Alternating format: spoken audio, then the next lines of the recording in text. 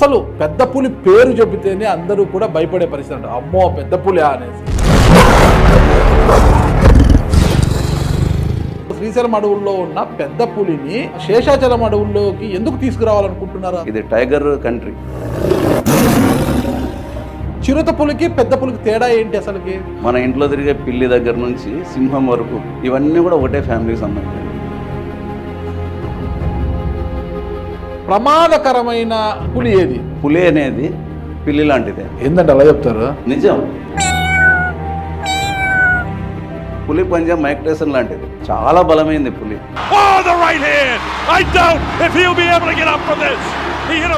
మరి అదే మనిషి కనిపిస్తే ఏం చేస్తుంది పులి? పులి ఫస్ట్ మనిషిని చూస్తే తప్పుకుంటుంది, చాలా సిగ్గరేది. ఎప్పుడు అటాక్ చేస్తుంది మనిషిని పులి? కొంతకాలం అయిన తర్వాత వృద్ధాప్యంలో కానీ ఏదైనా కారణాలతో దానికి అంగవైకల్యం జరిగినప్పుడు కానీ పూర్తిగా వేటాడలేని పరిస్థితి ఏర్పడుతుంది, ఆహారం దొరకదు. అటువంటి పరిస్థితులలో ఈజీగా దొరికేది మనిషి. అడవికి రాజు సింహం అంటారు కదా, మరి అప్పుడు సింహము బలమైనదా పెద్ద పులి సింహం బలమైనది? ఇక్కడ సింహాలలో మగ సింహం మాత్రమే అందమైంది. దాని జూలు, జుట్టు, దాని నడుము ఇదంతా అందంగా కనపడుతుంది. కానీ పులిని చూడండి, పులి ఒకసారి అట్లా నడుస్తుంటే దాని రాజసము కళ్ళు అప్పగించి చూడాల్సిందే.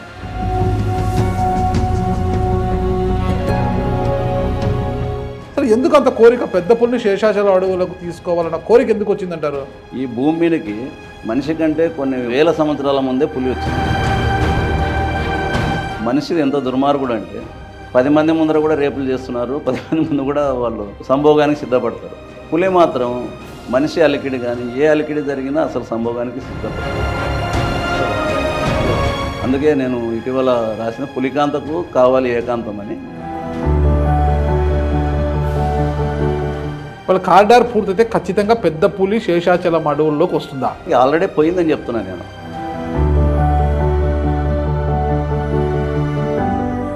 Welcome to Suman TV. Srisailam to Seshachalam tiger corridor. ఇది గతంలో మనం ఈ కారిడార్ గురించి విన్నాము. అయితే ఇటీవల అందరూ మర్చిపోయారనమాట. అయితే తిరిగి మళ్ళీ శ్రీశైలం టు శేషాచలం అడవులకు టైగర్ కారిడార్ పనులను పునరుద్ధరిస్తున్నట్లు రాష్ట్ర అటవీ శాఖ ప్రధాన అధికారిగా ఉన్న మధుసూదన్ రెడ్డి గారు ప్రకటించారు. అసలు ఎందుకు శ్రీశైలంలో ఉన్న పెద్ద పులిని కోరి శేషాచలం అడవులకు తీసుకురావాలనుకుంటున్నారు? అసలు అందుకే ఈ కారిడార్ని ప్రత్యేకంగా ఎందుకు ఏర్పాటు చేయాలనుకుంటున్నారు? ఎందుకు అంత ఇంట్రెస్ట్? అసలుకి ఒక పెద్ద పులి శ్రీశైలం నుంచి శేషాచలం అడవుల్లోకి వస్తే, శేషాచలం అడవులు అంటే తిరుమల కాలి మార్గం కూడా అక్కడే కలిసి వస్తుంది. అసలు అలాంటి పరిస్థితులు ఎక్కువ జనసందోహం ఉన్న ప్రాంతంలోకి ఆ పెద్ద పులిని తీసుకువస్తే ఏంటి పరిస్థితి? అసలు పులి అంటే ఏంటి అన్న పూర్తి వివరాలు తెలుసుకోవడానికి ఈరోజు మనతో ఉన్నారు వన్యప్రాణి ప్రేమికుడు, సీనియర్ పాత్రికేయుడు అయిన ఎన్వి సుబ్బారెడ్డి గారు. ఆయన అడిగి వివరాలు తెలుసుకుంటాం. నమస్తే సుబ్బారెడ్డి గారు. నమస్కారం. బాగున్నారా? బాగున్నాను సార్. ఒక ఛానల్లో పనిచేసినప్పుడు ఈ ఫ్యాక్షన్ ఏరియాల గురించి, ఈ ఫ్యాక్షన్ వల్ల నష్టపోయిన కుటుంబాల గురించి వాటి ఎన్నో స్టోరీలు మాకు చెప్పారు. చాలామంది కూడా అన్నీ అట్రాక్ట్ అయ్యారు, మీకంతా ఫ్యాన్స్ కూడా పెరిగిపోయారు. అయితే ముఖ్యంగా సుబ్బారెడ్డి గారిని అదే కోణంలోనే చూసింటారు. కానీ సుబ్బారెడ్డి గారు ఒక వన్యప్రాణి ప్రేమికుడు, పులి మీద పూర్తి ఒక అధ్యయనం చేసిన వ్యక్తిగా ఎవరికి కూడా తెలియదు. ఇటీవలే మాకు తెలిసింది, అందుకే మేము పిలిపించడం జరిగింది. అసలు పెద్ద పులి పేరు చెబితేనే అందరూ కూడా భయపడే పరిస్థితి అంట. అమ్మో పెద్ద పులి అనేసి. అసలు ఆ పేరు వింటే ఇక్కడ హార్ట్ అటాక్ వచ్చేంత పరిస్థితి ఉంటుందంట. అలాంటిది అటవీ శాఖ అధికారులు ఇటీవల ఒక నిర్ణయం తీసుకున్నారు. అంటే గతంలో ఉండింది శ్రీశైలం టు శేషాచలం అడవులు టైగర్ కారిడార్ అనేది. ఆ పనులను మళ్ళీ పునరుద్ధరిస్తున్నారు. కారణం శ్రీశైలం అడవుల్లో ఉన్న పెద్ద పులిని శేషాచలం అడవుల్లోకి స్వాగతం పలుకుతున్నాం, అది రావడానికి మార్గాన్ని ఏర్పాటు చేస్తున్నాం అని చెప్తున్నట. ఏంటి అసలుకి శ్రీశైలం కొండల్లో, శ్రీశైలం అడవుల్లో ఉన్న పెద్ద పులిని శేషాచలం అడవుల్లోకి ఎందుకు తీసుకురావాలనుకుంటున్నారు? అసలు పరిస్థితి ఏంటి? మొదట సుమన్ టీవీ ప్రేక్షకులు ధన్యవాదాలు అండి. థ్యాంక్ యూ అండి. వాస్తవంగా ఈ శ్రీశైలం టు శేషాచలం కారిడార్ అనేది ఈ రోజుది కాదు. జోసెఫ్ గారని ఆయన పీసీసీఎఫ్గా ఉన్నారు, వెరీ గుడ్ ఆఫీసరు, చాలా మంచి వ్యక్తి. వన్యప్రాణి సంరక్షణలో ఆయన మేటి. ఆయనకు వచ్చిన ఆలోచన ఇది. వాస్తవానికి దీని లక్ష్యం ఏంటంటే శ్రీశైలం నుంచి కంటిన్యూస్గా నల్లమల అడవులు దగ్గర శేషాచలం అడవులకు లింక్ అవుతూ నల్లమల అడవులు కొనసాగుతాయి. పులులు మాత్రము కేవలం శ్రీశైలం చుట్టుపక్కల ప్రాంతాల్లో మహా అంటే నంద్యాల ఆ నుంచి రుద్రవరం అహోబిలం వరకు పులులు తిరిగేవి. అవి కూడా తక్కువ అక్కడ.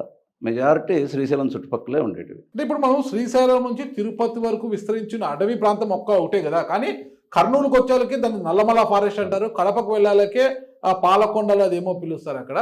దాని తర్వాత వచ్చేది చిత్తూరు జిల్లాకు వచ్చేసరికి అది శేషాచలం అడవులు అంటారు. అదే కదండి, అదంతా ఒకటే బెల్టే కదా అట్లా? ఒకటే బెల్టే కానీ దానికి కొంత తేడా ఉందండి. కడప జిల్లాలో లంకమల అడవులు అంటారు. నల్లమల్ల అనేది ఒక దాని కొండలను దృష్టిలో పెట్టుకొని, అంటే పర్వతాలు ఎత్తు, తర్వాత దానికి సంబంధించిన కొంత ప్రత్యేక లక్షణాలతో నల్లమలగా పిలుస్తారు. అక్కడ నుంచి పాలకొండలు అని కూడా ఇది ఉంది కడపలో. అక్కడ తర్వాత శేషాచలం అట్లా డివైడ్ చేశారు. దీనికి అంటే ప్రాంతంలో పెరిగే చెట్లు, ఆ ప్రాంతంలో ఉండే వాతావరణం దృష్ట్యా తేడా ఉంది. ఎందుకంటే ఇప్పుడు నల్లమల్లో టేకు, జిట్టేకి, ఏగిస ఇట్లా విపరీతమైన డైవర్సిటీ, రకరకాల చెట్లు ఉంటాయి.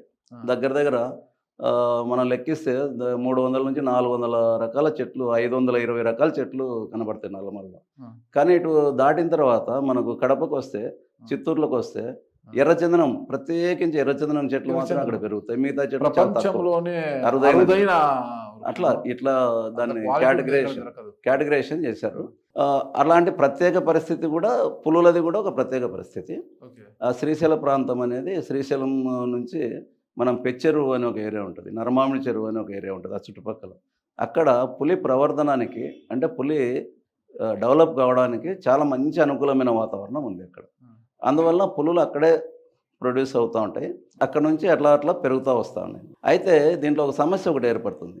ఒకప్పుడు పులులు విపరీతంగా వేటకు గురయ్యి తగ్గిపోతూ వచ్చినాయి. భారతదేశంలో దాదాపుగా పూర్తిగా తగ్గిపోయి 2004 ప్రాంతంలో కేవలం 1100, ఆ స్టేజ్కి 1100 నుంచి 1400 లోపు పడిపోయినాయి. ప్రపంచంలో 3000 ఉన్నప్పుడు భారతదేశంలో 1400 మాత్రమే ఉన్నాయి. అటువంటి పరిస్థితి నుంచి ఈరోజు కొత్త నవీన విశ్లేషణ ప్రకారం 3160 పులులు ఇప్పుడు ప్రజెంట్ ఉన్నాయి భారతదేశం అంతా. ప్రపంచంలో ఉండే పులి జనాభాలో 3వ వంతు మన దగ్గరే ఉంది. ఒక 25% మాత్రమే బయట ఉన్నాయి ప్రపంచంలో. మొత్తం మన భారతదేశంలోనే ఉంది. ఇది టైగర్ కంట్రీ వాస్తవంగా భారతదేశం. అందుకే భారతదేశం జాతీయ జంతువుగా ప్రకటించడం జరిగింది. అట్లా అదే సమయంలో నల్లమల్లో కూడా పెరుగుతూ వచ్చింది. ఒకప్పుడు కేవలం 20 పులులు ఉన్న చోటు నుంచి ఈ రోజుకు కర్నూలు జిల్లాలోనే 70 పులులకు పైగా ఉన్నాయి. ఇప్పుడు కర్నూలు జిల్లాలో పెద్ద పులులే సపరేటు, చిరుత పుల్లు సపరేట్. ఇవి 70 ఉంటాయి. ఒకటండి మనం చర్చించు, చిరుత పులికి పెద్ద పులికి తేడా ఏంటి అసలుకి? ఇవన్నీ కూడా క్యాట్ ఫ్యామిలీ అంటారండి. పిల్లి, మన ఇంట్లో తిరిగే పిల్లి దగ్గర నుంచి సింహం వరకు ఇవన్నీ కూడా ఒకటే ఫ్యామిలీకి సంబంధించినవి. పెద్ద పులి, చిరుత పులి. మన భారతదేశంలో అంతరించిపోయింది ఒకటి చీతా అని ఒకటి ఉంది. చీతా అంతరించిపోయింది. తర్వాత లెపర్డ్ క్యాట్ అని ఉంటుంది, ఆకు చిరుత అని. ఫిషింగ్ క్యాట్ అని ఒకటి ఉంటుంది, చేపలు పట్టేది. రస్టిక్ క్యాట్ అని ఒకటి ఉంటుంది. తర్వాత వైల్డ్ క్యాట్ అని ఒకటి ఉంటుంది. రకరకాల ప్యూమా పులులు ఉన్నాయా? రకరకాలు ప్యూమాలు, బ్లాక్ ప్యాంథర్లు, లెపర్డ్స్, ఇన్ని రకాల పులులు ఉంటాయి. చాలామందికి ఆ తేడా తెలియదు. ఇప్పుడు ఆ చీతా ఒకటి భారతదేశంలో అంతరించిపోవడంతో ఇటీవల ప్రధానమంత్రి చొరవతో ఆఫ్రికా నుంచి కొన్ని పులులు తెప్పించి చీతాలు మధ్యప్రదేశ్లో ఉంచి డెవలప్ చేసే ప్రయత్నం చేశారు. ఆ ప్రయత్నం కొనసాగుతుంది. ఒకప్పుడు చీతాలు మన శేషాచలంలో కూడా విపరీతంగా ఉండేటివి, మన నల్లమల్లో కూడా ఉండేటివి. మనం ప్రస్తుతం టైగర్ విషయానికి వస్తే, టైగర్ వీటిలో ప్రమాదకరమైన పులి ఏది? చీతానా, అంటే చిరుత పులా, పెద్ద పులా? ఇంకా మీరు చాలా రకాలు చెప్పారు, నాకు నోటికి కూడా తెలియలేండి. ఏది ప్రమాదకరం అంటారు? వాస్తవానికి పులి అనేది పిల్లి లాంటిదే. ఏంటంటే అలా చెప్తారు? నిజం. ఏ పులి కూడా ప్రమాదకరం కానే కాదు. ఒక్క పులి కూడా మనం ఇంట్లో పులి అంటే మన పిల్లి ఉంటుంది ఇంట్లో, మనం పెంచుకుంటాం, పాలు తాగుతుంటుంది, మనం చేస్తాం, ఇది చేస్తాం. అదే పిల్లి నువ్వు ఏదో కోపం వచ్చి దాన్ని ఒకే కొట్టడము, కొడితే పారిపోతుంది. పారిపోయే సమయంలో తలుపులు వేసి దాన్ని కొట్టడానికి పోతే తిరిగి మీదకి వచ్చి బరుపుతుంది, రక్కుతుంది. పెద్ద పులి కూడా అదే సేమ్. నువ్వు దాన్ని ఏదన్నా ఇబ్బంది పెట్టి దాన్ని విధిలేని పరిస్థితి, అది ఇంకా పారిపోలేని పరిస్థితున్నప్పుడు మాత్రమే అటాక్ చేస్తుంది. కొన్ని ప్రత్యేక పరిస్థితుల్లో మాత్రమే అటాక్ చేస్తుంది. పులి ఎప్పుడు కూడా సాధు జంతువే. ఇది క్రూర జంతువు అని రావడానికి కారణం ఏంటంటే దీన్ని కవి సమయం అనొచ్చు. కవులు, రచయితలు, వెనకటి కాలంలో గ్రంథాలు రాసిన వాళ్ళు, పురాణాలు చెప్పిన వాళ్ళు పులిని క్రూర జంతువుగానే ప్రకటించారు. మన పురాణాలను చూసినా కూడా అదే కదా మనకు తెలుస్తుంది. కానీ ఇప్పుడు నల్లమల, నేను దాదాపు నాకు నల్లమలతో అనుబంధము. నాకు ఇప్పుడు 57 సంవత్సరాలు. నేను పుట్టి బుద్ధిరిగినప్పటి నుంచి నల్లమలలో తిరుగుతుంటాను. ఎందుకంటే మా ఊరు 3 కిలోమీటర్ల పరిధిలోనే అడవి ఉంటుంది. మా ఊరు చుట్టూ అడవి ఉంటుంది. అడవి మధ్యలో మేము ఉంటాం. నాకు ఇంతవరకు కూడా ఒక మనిషిని చంపిన దాఖలాలు ఇంతవరకు నేను వినలేదు, చూడలేదు. కనీసం దాడి చేసిన సంఘటన కూడా నేను చూడలేదు. ఎలుగుబంట్లు మాత్రం అప్పుడప్పుడు దాడి చేసేది విన్నాం, కానీ చంపేసినది విన్నాం. కానీ పులి ఎప్పుడు మొత్తం ఎంటైర్ నల్లమలలో ఒక్కటంటే ఒక కేసు లేదు, కానీ ఒక్క ఎగ్జామ్షన్ ఉంది. గిద్దలూరు దగ్గర ఒక ఆయన మద్దిలోటి అనే అతను వాళ్ళ ఊర్లో ఫ్యాక్షన్ గొడవలతో నన్ను చంపుతారేమో అని చెప్పి గిద్దలూరు దగ్గరికి వచ్చి బతుకుతున్నాడు. అతను బనానపల్లి ఏరియా, అతను తిమ్మాపురం అని ఒక విలేజ్ ఉంటుంది. ఆ విలేజ్ నుంచి గిద్దలూరుకి వచ్చి బతికినాడు. ఆ గిద్దలూరులో టుంక్యాకు సేకరణ కోసం పోయేవాడు, బతుకు తెరువు కోసం. ఆ పోయిన సందర్భంలో టుంక్యాకు తెంచుకునే సందర్భంలో ఒక పొదలోకి వెళ్తాడు. అక్కడ ఒక పులి ఈనుకొని ఉంది, పిల్లలతో ఉంది. ఇతను సడన్గా అక్కడ ప్రత్యక్షమయ్యేసరికి పిల్లల్ని ఏం చేస్తాడో అని ఒకసారిగా లేచి పైకి లేచి ఆ పంజాతో ఇట్లా తోసేసింది. అది తమాషం అంటే పులి పంజా మైక్ టైసన్ లాంటిది, మైక్ టైసన్ పంజా లాంటిది. చాలా బలమైంది పులి. చాలామందికి ఆ విషయం తెలియదు. దాని పంజా దాదాపు 1 టన్ను 1.5 టన్ను ఫోర్స్ వస్తుంది కొడితే. దానికి గోర్లు ఉంటాయి. అది అలా కొడితే చీలిపోతాడు మనిషి సగానికి. అతను కూడా అట్లే కొడితే చచ్చిపోయాడు అంతే. అది మళ్ళీ పిల్లల్ని తీసుకుని దూరం వెళ్ళిపోయింది. ఆ సంఘటన తప్ప ఇంతవరకు పులిదాడికి గురైన వాళ్ళు లేరు. ఇప్పుడు పులి దాడి చేస్తుంది కదా, మనిషిని పంజాతో కొడుతుంది, వాడు చనిపోతాడు. ఆ మాంసం తినదా? ఎప్పుడు తినదు. ఒకటి ఫస్ట్ మనం తెలుసుకోవాల్సింది ఏంటంటే, పెద్ద పులి ఆహారపు సైకిల్లో, ఆహారపు జంతువుల లిస్టులో మనిషి లేడు. మనిషి 2 కాళ్ళ జంతువు. 2 కాళ్ళ జంతువులు ఏవి కూడా పెద్ద పులి ఆహార లిస్టులో లేవు. మరి ఏం తింటుంది? అది తినేది దానికి ప్రత్యేకంగా 4 కాళ్ళ జంతువులు. అడవిలో ఉన్న జింకలు. ప్రధానంగా ఏంటంటే పులి అనేది ఒక సాలిటరీ హంటర్. సాలిటరీ హంటర్ అంటే ఒంటరిగా దాడి చేసి ఆహారం సేకరించుకుంటుంది. ఇప్పుడు సింహాలు ఉంటాయి. మగ సింహాలు బాగా సోమరులు. అవి ఎప్పుడు వేట పోవు. వేటాడేదంతా ఆడసింహాలు చేసి ఒక 5-6 కలిసి ఒక జంతువుని పడగొట్టి అప్పుడు పిలిస్తే ఇది మగసింహం అలా నడుచుకుంటూ వచ్చి ఆడవన్నీ దూరం పోతే అది తిన్న తర్వాత మిగతా తింటుంటాయి. కానీ పెద్ద పులి అలా కాదు, స్వయంగా తానే వేటాడుతుంది. అయితే దీనికి అననుకూలతలు చాలా ఎక్కువగా ఉంటాయి. ఏమననుకూలత అంటే, పెద్ద పులి అంత వేగంగా పరిగెత్తే జంతువు కాదు. దీని మ్యాక్సిమం 60 కిలోమీటర్ల కంటే పోలేదు, 70 కిలోమీటర్ల స్పీడు. అది కూడా ఎక్కువ దూరం పరిగెత్తలేదు. కానీ అడవిలో ఉండే జింకలు కానీ, దుప్పులు కానీ, మిగతా జంతువులు, అడవి పంది కానీ అన్నీ కూడా మ్యాక్సిమం పరిగెత్తాయి. జింకలు అయితే 120 కిలోమీటర్ల పైనే పోతాయి. ఇది 70 కిలోమీటర్లు పోయేది ఎట్లా పరిగెత్తి పట్టుకోలేదు. కాబట్టి ఇది ఎంతసేపు ఉన్నా మాటు వేసి జంపు చేసి దాన్ని చిక్కించుకునే ప్రయత్నమే చేస్తుంది. అందుకోసం అది ఒంటరిగా చాలా ప్రయత్నాలు చేస్తుంది. అది 6 సార్లు ప్రయత్నాలు చేస్తే ఒక్కసారి మాత్రమే సఫలీకృతం అవుతుంది. 4 కాళ్ళ జంతువునంతే మాటు వేసి చంపి తింటుంది, కొడుతుంది. మరి అదే మనిషి కనిపిస్తే ఏం చేస్తుంది పులి? చిన్న సామెత ఒకటి ఉంది మా నల్లమల ప్రాంతంలో కానీ బయట చెప్పేది. ఒక్కసారి పులిని నువ్వు చూసావంటే పులి నిన్ను 1000 సార్లు చూసి ఉంటుంది. నువ్వు ఒక్కసారి పులిని చూసావంటే అంతకుముందు అది నిన్ను 1000 సార్లు చూసి ఉంటుంది. అంటే దాని అర్థం ఏంటంటే పులి ఫస్ట్ మనిషిని చూస్తే తప్పుకుంటుంది, పక్కకి వెళ్ళిపోతుంది. ఎందుకు? అది దాని చాలా సిగ్గరేది పులి. ఆల్మోస్ట్ ఆల్ ఎట్లా అంటే, అడవిలో ఉండే చెంచులు ఎలాగనో, చెంచులు బయట నుంచి పోయే మన నాగరికులతో మాట్లాడడానికి ఏమాత్రం ఇష్టపడకుండా పక్కకు తప్పుకుని ఎలా పోతారు, పులి కూడా అలాంటి బిహేవియరే కలిగి ఉంటుంది. పక్క తప్పుకుంటుంది పులి. అసలు మనిషిని చూస్తే దూరం వెళ్ళిపోతుంది. ఎప్పుడు అటాక్ చేస్తుంది మనిషిని పులి? మనిషిని అటాక్ చేసే సందర్భాలు చాలా అరుదు. ఇందాక చెప్పామే, విధి లేని పరిస్థితులలో తెలుసుకోకుండా నువ్వు అక్కడ పులి ఉందని నీకు తెలియదు, పులికి నువ్వు తెలియదు. సడన్లో 2 ఒకరికొకరు ఎదురుపడినప్పుడు అది ఏదో భయపడి ఒకసారిగా అతని నుంచి దూరంగా పారిపోయే ప్రయత్నమే, తను బెదిరించే ప్రయత్నంలో ఒక ఏటు కొట్టడం అటువంటివి జరుగుతాయి. పులి ఎప్పుడు మనిషి ఆహారానికి అలవాటు పడుతుందంటే, పులి కొంతకాలం అయిన తర్వాత వృద్ధాప్యంలో కానీ ఏదైనా కారణాలతో దానికి అంగవైకల్యం జరిగినప్పుడు కానీ పూర్తిగా వేటాడలేని పరిస్థితి ఏర్పడుతుంది. ఆహారం దొరకదు. అటువంటి పరిస్థితులలో ఈజీగా దొరికేది మనిషే. ఆకలితో ఉన్నప్పుడు ఆ పరిస్థితి ఏర్పడినప్పుడు మనిషిని కూడా అటాక్ చేస్తుంది. ఒకసారి మనిషి మాంసం రుచి మరిగిన తర్వాత ఇంకా దానికి అలవాటు అయిపోయి గ్రామాల్లోకి కూడా రావడం జరుగుతుంది. ఏంటప్పుడు దాన్నే మేనేటర్ అంటారు. అటువంటి సందర్భాలు చాలా తక్కువ. మన భారతదేశంలో కొంచెం సుందర్బన్ అడవులు, కలకత్తా అంటే పశ్చిమ బెంగాల్లో ఉండే సుందర్బన్ అడవుల్లో ఉండే పులులకు మాత్రం ఈ లక్షణం ఉంది. ఎక్కువ శాతం అక్కడ మనుషులపై దాడులు జరుగుతుంటాయి. అది కూడా ఏందంటే మనిషిని గానీ, జంతువుని గానీ వెనక వైపు నుంచి దాడి చేస్తాయి పులి. ముందు వైపు నుంచి చేయదు. అందుకే ఆ ప్రాంతాలలో అడవులలో తిరిగే వాళ్ళు మాస్కులు కొన్ని తలకు వెనక తగిలించుకుంటారు. పులి చూస్తే ఈ పక్క చూస్తే తలే ఉంటుంది, ఆ పక్క చూస్తే తలే ఉంటుంది కాబట్టి అది దాడి చేయదు వెనక నుంచి. అట్లా పెట్టుకొని పనిచేస్తారు. అది కాకుండా అడవులలో మీరు ఏ పరిస్థితుల్లో దాడి చేస్తా అన్నారు కాబట్టి చెప్తున్నా. ఎక్కడైనా మేము అడవులలో చెప్తుంటాం జనాలకి, మీరు అడవులో తిరిగేటప్పుడు ఎక్కడ కూర్చోవద్దండి కింద. కొంతమంది క్యారర్లు తీసుకుపోయి అడవిలో పిక్నిక్ చేసుకోవడానికి కానీ కూర్చొని తింటుంటారు. కూర్చొని తింటే అది జంతువులకు కనబడతారు మనిషి, ఓకే, దాడి జరుగుతుంది. అదే నువ్వు నిలబడి ఉంటే ఏం దాడి జరగదు. ఎందుకు? 2 కాళ్ళ మనిషి అది దాని ప్రేలో లేదు, అది ఆహార పదార్థం కాదు కాబట్టి రాదు. అదే కింద కూర్చుంటే ఇటీవల చిరుతపులికి కూడా ఈ లక్షణాలు వర్తిస్తాయి. ఇటీవల మనకు తిరుపతిలో కూడా జరిగిన పులి దాడి ఇలాంటిదే. అక్కడ కూడా చిన్న పిల్ల 3 నెలల 3 నెలలు కాదు, 5 సంవత్సరాలు 4 సంవత్సరాలు పసికంది ఏం కాదు, నడుస్తున్న అమ్మాయి. వాళ్ళు చేత పట్టుకొని నడిపించాల్సిన వాళ్ళు, ఎత్తుకొని నడిపించాల్సిన వాళ్ళు, ఆ పాప అలా ఉరుకుతూ ఉంటే వదిలేశారు. ఆ పాప అట్లా పోయి ఒక చోట కింద కూర్చొని ఏదో ఆడుకునే ప్రయత్నం చేసింది ముందర. ఆ టైంలో మాత్రమే పులి దాడి చేసింది.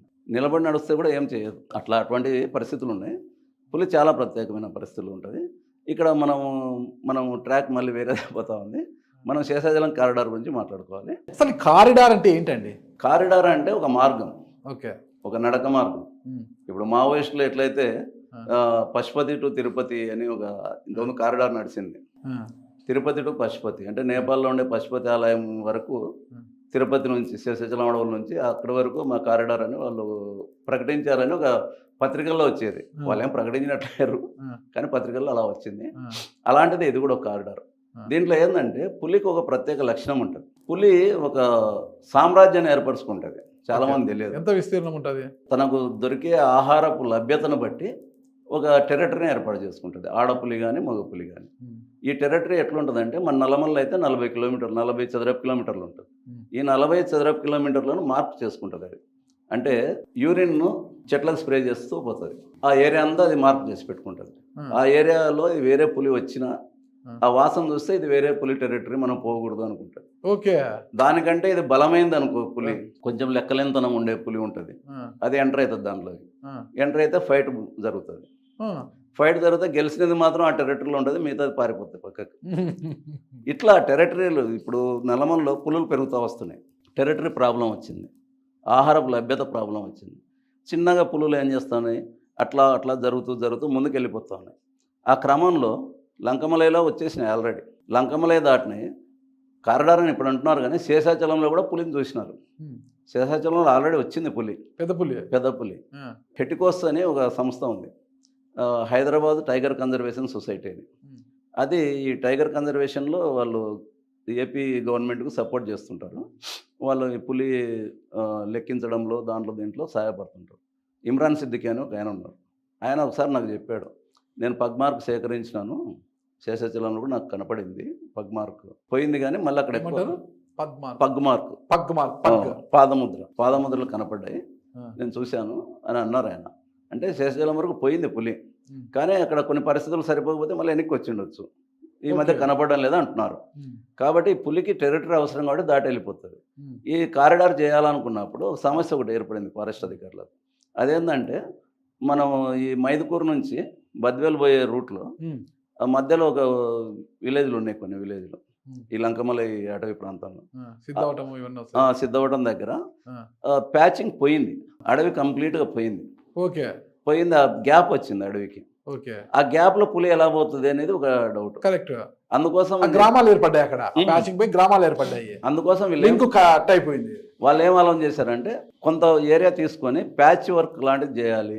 కొంత ఏరియాలో చిన్న చిన్న చెట్లు, గడ్డి మలిపించడం, చిన్న హైడ్ దాక్కోవడానికి వీలైన ప్రదేశం ఏర్పాటు చేస్తే బాగుంటుంది అనుకున్నారు.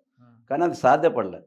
కానీ తమాషా అంటే పులి ఈ అడవితో సంబంధం లేకుండా దాటి వెళ్ళిపోయింది, అవతలకి పోగలుగుతుందని తెలుసుకున్నారు.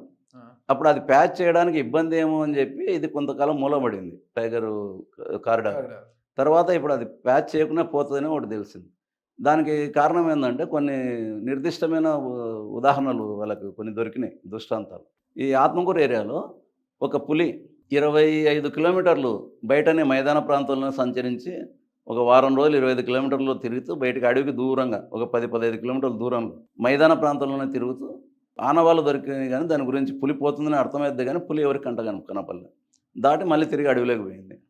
అంటే పులి బయట ప్రదేశంలో కూడా అది తిరగగలదు, తనను తాను రక్షించుకోగలదు, దాటి వెళ్ళిపోగలదు అడవిలోకి అని తెలిసింది.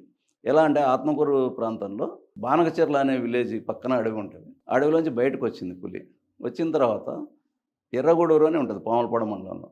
ఆ ఎర్రగూడూరు పక్క నుంచి దాటిపోయి ఇస్కాల, చెలిమిల్ల ఇలా కొత్తపల్లి మండలంలో ప్రవేశించి అక్కడ నుంచి అట్లే 25 కిలోమీటర్లు ప్రయాణం చేసి తిరిగి కొట్టాల చెరువు, ఆత్మకూరు మండలంలో కొట్టాల చెరువు అనే విలేజ్ దగ్గర అడవిలోకి వెళ్ళిపోయింది. అదొక దృష్టాంతం, బయట ఉండగలదు అనేది. అదొకటి నాకు బహుశా అధికారులకు ఒక గట్టి నమ్మకం ఏర్పడింది. ఆయనతో ప్యాచ్ లేకపోయినా దాటిపోగలదు అవతలకి. అంటే చిరుతపులి బలమైనదా, పెద్ద పులి బలమైనదంటారా? పెద్ద పులి బలం ముందు చిరుత ఆవగింజంత. అవునా? వాస్తవానికి చిన్న ఇది చెప్పాలి. పెద్ద పులి తన తలను ఇమిడ్చే ప్రదేశంలో చిరుతపులి మొత్తం తన శరీరాన్ని ఉంచగలదు. పెద్ద పులి తల ఎంత ప్రదేశంలో ఉంటే చిరుతపులి దాంట్లో ఉంచగలదు. అంటే చాలా చిన్నది చిరుతపులి. అడవికి రాజు సింహం అంటారు కదా, మరి అప్పుడు సింహము బలమైనదా, పెద్ద పులి బలమైనది? ఇక్కడ సింహము శారీరక బలంలో బలమే ఉండొచ్చు, కానీ పెద్ద పులి అంత చాకచక్యమైనది కాదు, అందమైంది కాదు, రాజసం ఉట్టిపడేది కాదు. సింహాలలో మగ సింహం మాత్రమే అందమైంది. దాని జూలు, జుట్టు, దాని నడుము ఇదంతా అందంగా కనపడుతుంది. అది కూడా ఏదో పాలిపోయినట్లు కనపడుతుంది సింహం. కానీ పులిని చూడండి, పులి ఒకసారి అట్లా నడుస్తుంటే దాని రాజసము కళ్ళు అప్పగించి చూడాల్సిందే. చాలా రెక్లెస్గా, అస్సలు ఎవరిని లెక్క చేయని విధంగా అలా నడుస్తూ వస్తుంటుంది. అది ఒక పెద్ద అద్భుతమైన దృశ్యం. పులి నడిచినట్టుంది. పులి నడక అనేది దురదృష్టవశాత్తు నేను 30 సంవత్సరాలు అడవుల్లో తిరుగుతున్నాను, నేను ఇంతవరకు పులిని చూడలేకపోయినా. అవునా? చిరుతలు చాలా చూశాను, కానీ పులిని చూడడం అనేది ఒక పెద్ద అదృష్టం అని భావిస్తాను నేను. అవునా? అది అక్కడ ఉండే అడవులు ఉండే ఆదివాసులకు కూడా అదే నమ్మకం. ఎంతసేపు మనం పులుల గురించి, చిరుత పులుల గురించి మాట్లాడతాం కదా, అడవుల్లో సింహాలు ఉన్నాయి ఇక్కడ? లేవు. సింహాలకు ఇది ఎండమిక్ ఏరియా కాదు, దాని ప్రాధాన్యత ఉన్న ప్రాంతం కాదు, ఎప్పుడూ లేవు, చరిత్రలో లేదు. సింహాలు అనేది భారతదేశంలో ఒక్క గుజరాత్లో మాత్రమే ఉన్నాయి. ఏషియాటిక్ లయన్స్ అంటారు దానిలో, ఆసియా సింహాలు. ఒకవేళ సింహం బలమైనది అంటున్నారు కదా, మరి పెద్ద పులి సింహం ఒకవేళ తలబడితే ఎలా ఉంటుంది పరిస్థితి? తలపడే అవకాశాలే లేవు. ఎందుకు? అవి రెండు ఒక ప్రాంతంలో ఎక్కడా లేవు. లేవు. కాకపోతే పులి కూడా బలమైందే, అదేమి ఇది కాదు. నీకు సింహాలు, చీతాలు తగలబడుతుంటే చీతాలను చంపేస్తుంది పెద్ద సింహము, కానీ పెద్ద పులితో ఘర్షణ పడే జంతువులు అడవులలో దాదాపుగా తక్కువ. ఘర్షణ పడే జంతువులు ఏంట్రా అంటే పెద్ద పులితో ఎలుగుబంటి. అంత బలమైనదే? ఎలుగుబంటి బలమైంది కాదు, మనిషితో సమానమైన బలమే ఉంటుంది. కాకపోతే ఎలుగుబంటికి కూరలు, చేతి గోర్లు దాదాపు 2-3 ఇంచులు ఇంత ఉంటాయి గోరు ఒక్కోటి. ఆ గోర్లతో ఎక్కడైనా గాయమైతే, పులి తను నాక్కోలేని ప్రదేశంలో గాయమైతే సెప్టిక్ అయి చచ్చిపోతుంది. అందుకోసం అని చెప్పి దాని జోలి పోవాలంటే కొంచెం భయపడుతుంది పులినా. చాకచక్యంగా కొంచెం ముందు దొరికితే వేసేస్తుంది, ఒకటే వేటేస్తే చచ్చిపోకుంటుంది అది. కానీ ఒకవేళ పొరపాటున ఇక్కడ కడుపుకో, ఇక్కడ వీపుకో, తలకో గాయాలైనాయి అనుకో, పులి బతకలేదు. అందుకోసం ఎలుగుబంటిని చూస్తే కొంచెం భయపడే ఉంటుంది. అలాగే అడవి పందిలలో ఒంటరిగాడు అని ఒకటి ఉంటుంది. అంటే మేల్ పిగ్ ఒక గుంపుకు నాయకత్వం వహిస్తుంది. అన్నీ మామూలుగా 30 కేజీలు 40 కేజీల వెయిట్ ఉంటే ఇది 70-80 కేజీలు వస్తుంది ఒంటరిగాడు అనేది. దానికి కూరలు బయటకు వస్తాయి, 2 కూరలు, చాలా పదునుగా ఉంటుంది. అది ఎదురుగా వస్తే దేని లెక్క చేయదు, ఒంటరిగాడు కొరికి పడేస్తుంది. మనిషి కాలు దొరికిందంటే పచ్చడి చేసేస్తుంది. అది కూడా ఒక్కోసారి పులి ఎదురుపడినప్పుడు చెట్టు మొదట్లో కూర్చుంటుంది, వీపును దానికి అందకుండా, పులికి వీపు తగలకూడదు, వీపు నుంచి దాడి చేస్తుంది కాబట్టి వీపును చెట్టు మొదలు కాంచుకొని పులి కోసం ఎదురు చూస్తుంది. అది మీనికి వస్తే రా అంటది. పులి దాని మీద దాడి చేయడానికి పోతే ఈ కూరలతో కరెక్ట్గా ఇట్లా కొడితే దాన్ని ఇక్కడ ఈ కింది భాగంలో గాయం చేయగలుగుతుంది. కాబట్టి అక్కడ నాక్కోవడానికి వీలుండదు, చచ్చిపోతుంది పులి. కాబట్టి అటువంటి ఒంటరిగాడి మీద కూడా పులి ధైర్యం చేసి దాడి చేయదు. పులి లక్షణాల్లో ఇంకోటి ఏంటంటే, ఈ కొమ్ములున్న జంతువులపై ఫస్ట్ అటాక్ చేయడానికి కొంచెం జంకుతుంది. అంటే ఇప్పుడు అడవులలో ఈ ఆహారపు జంతువులలో సాంబార్ డీర్ ఒకటి ఉంది, అంటే కణితి అంటాం దాన్ని. కణితి బాగా పెద్ద సైజులో ఉంటుంది, దాని కొమ్ములు కొమ్మల మాదిరి విస్తరించి ఉంటాయి. దాంతో ఇది దాడి చేయడానికి మీద కూడా ఆ కొమ్ములతో ఇట్లయినా చెరిగితే గాయాలయ్యే అవకాశాలు ఉన్నాయి. కాబట్టి దాని జోలి పోదు. దుప్పులలో కూడా మగదానులకు కొమ్ములు ఉంటాయి, ఆడవాటికి ఉండవు. కాబట్టి ప్రధానంగా ఆడదానిల మీద దాడి చేస్తాయి. ఇప్పుడు శేషాచలంలో పులులు ఏనుగుల మధ్య వార్ జరుగుతుందంటున్నారు. పులులకు ఏనుగులకు అసలు వారు జరిగే అవకాశం లేదు. మన ఒక కథనం వచ్చింది. ఎందుకంటే ఏనుగులు వచ్చేసి పులికి సంబంధించి అంటే అక్కడ ఇప్పుడు చిరుతపుల్లే ఉన్నాయి ఎక్కువ. చిరుతపులి సైజులో చాలా చిన్నది. ఏనుగును దాడి చేసి దాన్ని ఏం చేయగలిగే స్తోమత లేనిది. దాన్ని ఆహారపు జంతువు కూడా దాన్ని ఇది చేయలేదు, చంపలేదు. కాబట్టి అది కనపడితే ఇది పక్కకి వెళ్ళిపోతుంది, అది వెళ్ళిపోతుంది. అదే కాక చిరుతపులి ఏనుగు ఎదురుగా వస్తే తొండంతో చుట్టి కొడితే సస్తుంది దెబ్బకి. అదే పెద్ద పులి అయితే పెద్ద పులి కూడా దాడి చేయదు. తనకంటే మీకు ఇంకా చిన్న ఉదాహరణ చెప్పాలి. మనిషి కూడా అడవులలో తిరిగేటప్పుడు మనం ఏం చెప్తామంటే ఒక కర్ర ఖచ్చితంగా చేతితో పట్టుకోండి అంటాం. ఒక కర్ర చేతిలో ఉంటే ఆ కర్రను ఇట్లా ఎత్తి చూపించినప్పుడు ఆ జంతువుకు ఎదురుగుండే ఏ జంతువైనా సరే అడవి జంతువుకు ఆ కర్ర పొడవుతో కలిపి నీ పొడవును అది లెక్కేసుకుంటుంది. ఆ ఎదురుగా ఉండేది అది విడి కర్ర, అతనికి సంబంధం లేదా అనుకోదు. ఈ కర్ర ఇలా ఎత్తి పట్టుకుంటే ఎంత పొడవు ఉంది చూస్తే నాకంటే బలమైంది, ఏదో ఎత్తుగా ఉందని చెప్పి పక్కకి వెళ్ళిపోతాయి. ఏమైనా దాడికి రావు. ఆ కర్ర అవసరం, అది కర్రతో ఏం కొట్టలేము ఎవరిని. కర్ర పట్టుకొని ఉంటే నువ్వు చాలా పెద్దగా కనబడుతుంది దానికి. అందుకోసం కర్ర పట్టుకోమంటారు. అది అడవిలో తిరిగే వాళ్ళు కర్ర పట్టుకొని తిరగాలి. ఎందుకంటే అట్లనే ఏనుగులు సహజంగానే ఎత్తుకుంటాయి కదా, దాడి చేయవు ఎప్పుడు. దీనికి ఎంతసేపు ఉన్నా ఈ దాడులలో ఎక్కువ బలి అయిపోయేటివి అనారోగ్యంతో ఉన్న జంతువులు. దానివల్లనే జంతువులలో ఈ అంటురోగాలు రాకుండా కూడా ఈ టైగర్ ఒక వర్క్ చేస్తుంది. అనారోగ్యంగా ఉన్న వాటికి, కొంచెం నలతగా ఉండి స్లోగా నడిచేవాడికి దానిల మీద దాడులు జరుగుతాయి. కొమ్ములు ఉన్న దానిలో తక్కువ దాడు, కొమ్ములు ఉన్న దానిలో కూడా చంపుతాయి. దాన్ని వాటం వీళ్ళని బట్టి చంపుతాయి. అది అట్లా. మనం మళ్ళీ ఈ టైగర్ కారిడార్ నుంచి పక్కకు వస్తా ఉన్నాం. ఓకే, టైగర్ కారిడార్ కోసం ఫస్ట్ పులి యొక్క లక్షణాలు వాటింతా మనము తెలుసుకోవాలి. ఇంకొక చిన్న అనుమానం నాకు, చిరుత పులి చెట్లు ఎక్కుతుందంటారు. అవును. పెద్ద పులి ఎక్కుతుందా? ఎక్కలేదు. దానికి రాదు. దీనికి ఒక చిన్న తమాషా కథ చెప్తుంటారు పల్లెలలో. అదేమంటానంటే పిల్లి అనేది మేనమామాట పులికి. వాళ్ళ లెక్క కూడా కరెక్టే. క్యాట్ ఫ్యామిలీ అంటే ఒకటే ఫ్యామిలీ కదా. పిల్లి అనేది పులికి మేనమామ. పులికి అన్ని విద్యలు నేర్పించింది పిల్లేట. ఎట్లా వేటాడాలి, ఏం కథ అన్నీ చెప్పి నేర్పించింది. అలాగే చిరుతపులికి కూడా నేర్పించింది. చిరుతపులి సంఖ్యతో ఉండేదంట. సరే అన్నీ నేర్పించింది, కానీ అన్నీ నేర్చిన తర్వాత మామ నాకు అన్ని పనులు అయిపోయినాయా, నాకు అన్ని విద్యలు నేర్పించినట్టే కదా అన్న. నేర్పించిన నీకు అన్నీ చెప్పిందంట పిల్లి. చెప్పిన తర్వాత ఇంక అయితే మామ ఇంక నేను తినేస్తాను, నేను ఇప్పుడు నాకు ఆకలి అవుతుంది అని దాడి చేయడానికి పోయిందంట పిల్లి మీద. పిల్లి దాన్నే ఒక చెట్టు ఎక్కి కూర్చోండి. ఇది ఎక్కడానికి రాలేదు. మామ నాకు చెట్టు ఎక్కేది నేర్పించలేదే నువ్వు అన్నట్టు. అందుకేనా నేర్పింది నీకు చెట్టు ఎక్కేది నేర్పించి నన్ను చంపేస్తుండేవాని కదా, ఒకటి దాచిపెట్టుకున్నా నీకు నేర్పించలేదు అని చెప్పిందట. అట్లా కథ చెప్తారు తమాషగా. అట్లా పులికి రాదు అని, చెట్టు ఎక్కడం రాదు. అందుకోసమే చెట్టు ఎక్కలేదు. జంప్ చేయగలదు, బాగా దూరంగా, చాలా దూరం జంప్ చేయగలదు. కారిడార్ పనులు ఎప్పుడు పూర్తయ్యేతాయి? వాళ్ళ కారిడార్ పూర్తయితే ఖచ్చితంగా పెద్ద పులి శేషాచలం అడవుల్లోకి వస్తుందా? ఖచ్చితంగా వస్తుంది. కారిడార్ పనులు అంటే నిర్మాణాలు ఏమి ఉండవు. ఆ పని అంటే అదేమి మన రోడ్ వేయడం కాదు కదా. దాని వ్యవహారం ఏంటంటే కారిడార్ పనులు అంటే ఫస్ట్ మొదలు మ్యాన్ అండ్ అనిమల్ కాన్ఫ్లిక్ట్ అనేది ఒకటి ఏర్పడుతుంది. ప్రతి చోట మనిషికి జంతువుకు మధ్యన సంఘర్షణ అనేది అటవీ ప్రాంతాలలో ఉంటాయి. ఇప్పుడు ఆల్మోస్ట్ ఆల్ మాకు నల్లమల్లో ప్రాంతంలో రైతులకు అవగాహన ఉంది. పులి క్యాటిల్ మీద దాడి చేస్తుంది, అంటే మన పశువుల మీద, అడవుల మేతకు వెళ్ళే పశువుల మీద దాడి చేస్తుంది, పొలాలను పశువుల మీద దాడి చేస్తుంది. మొదట్లో దాడి చేసినప్పుడు ఏం చేసేవాళ్ళు అంటే మన వాళ్ళు, పులికి ఒక లక్షణం, ఒక జంతువుని చంపిందంటే ఆ రోజు తినద్దు దాన్ని. ఒక చోటికి ఒక పొదలోకి లాక్కుపోయి దాచిపెట్టుకొని ఫస్ట్ మొదలు రక్తం తాగుతుంది అంటారు. అదేం కరెక్ట్గా చెప్పలేం, కానీ రక్తం కాదు కానీ కొంచెం మెత్తటి పదార్థాలు తింటుంది మొదటి రోజు. గుండెలు అవి ఇవి ఊపిరితిత్తులు లాంటివి ఫస్ట్ తీసుకొని తినేస్తుంది. తినేసి ఒక చోట దాచుకొని తర్వాత 2 రోజుల తర్వాత వచ్చి కొంచెం మురగాల దానికి. మెత్తగా అయిన తర్వాత మొత్తం మళ్ళీ ఒక ట్రిప్పులో 40 కేజీల దాకా మాంసాన్ని అది తింటుంది. 30-40 కేజీలు తింటుంది. ఒక వారం రోజులు వేటాడకుండా దాన్ని ఏం కాదు, దాన్ని అరిగించుకునే పనిలో ఉంటుంది.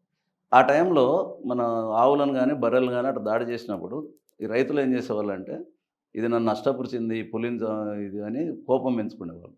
పోయి మన ఇంట్లో ఉండే క్రిమిసంహారక మందు ఉంటుంది కదా, ఆ కొట్టిపోయి ఉంటుంది కదా, ఆ జంతువును కొంచెం చిన్న గీటు గీసి దాంట్లో పోస్తారు.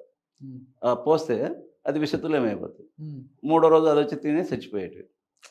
ఇది చాలా డేంజర్ ఉండేది.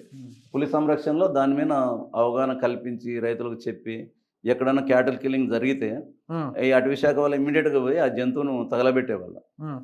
తగలబెట్టేసి దాన్ని ఏం ఆనవాళ్ళు లేకుండా చేసేవాళ్ళు. నేను ఎప్పుడు నాలాంటి వాడు కొట్లాడేవాళ్ళు. దానికి ఆహారం దొరకకనే అది క్యాటిల్ మీదకి వస్తూ ఉంది. ఉన్న ఆహారం నోటికాడ ఆహారం మీరు తీసేస్తే ఎట్లా అని. అంటే దాన్ని చంపితే ఎట్లా అంటారు వాళ్ళు. అంటే ఇప్పుడు అవగాహన వచ్చింది, ఎవరు చంపడం లేదు, శిక్షలు కూడా బలంగా ఉంటాయి. పులి జోలికి పోతే చాలా డేంజర్. ఎవరికన్నా ఇమ్మీడియట్గా వాళ్ళను లోపలేయచ్చు. 8 సంవత్సరాలు జైలు శిక్ష చేయడానికి ఉంది. తిరుమలకు కాలినడకన వెళ్ళేవారు కావచ్చు, వాహనాల్లో వెళ్ళేవారు కావచ్చు, అప్పుడప్పుడు చిరుతలు కనిపిస్తున్నాయి, దాడులు చేస్తున్నాయి మనుషుల మీద అని బెంబెలెత్తిపోతున్నారు. అయ్యో చిరుత వచ్చేసింది. అలాంటిది ఇప్పుడు మళ్ళీ శేషాచలంలో పెద్ద పులిని రారమ్మని పిలుస్తున్నారు కదా వీళ్ళు. సరే ఎందుకు అంత కోరిక పెద్ద పులిని శేషాచలం అడవులకు తీసుకోవాలన్న కోరిక ఎందుకు వచ్చిందంటారు? దీంట్లో ప్రధానంగా పులి గురించి మనం చెప్పుకోవాలి. ఈ భూమి మీదకి మనిషి కంటే కొన్ని వేల సంవత్సరాల ముందే పులి వచ్చింది భూమి మీద. మనిషి పుట్టక ముందే, మనిషి జన్మ లేకముందే పులి ఉంది ఇక్కడ.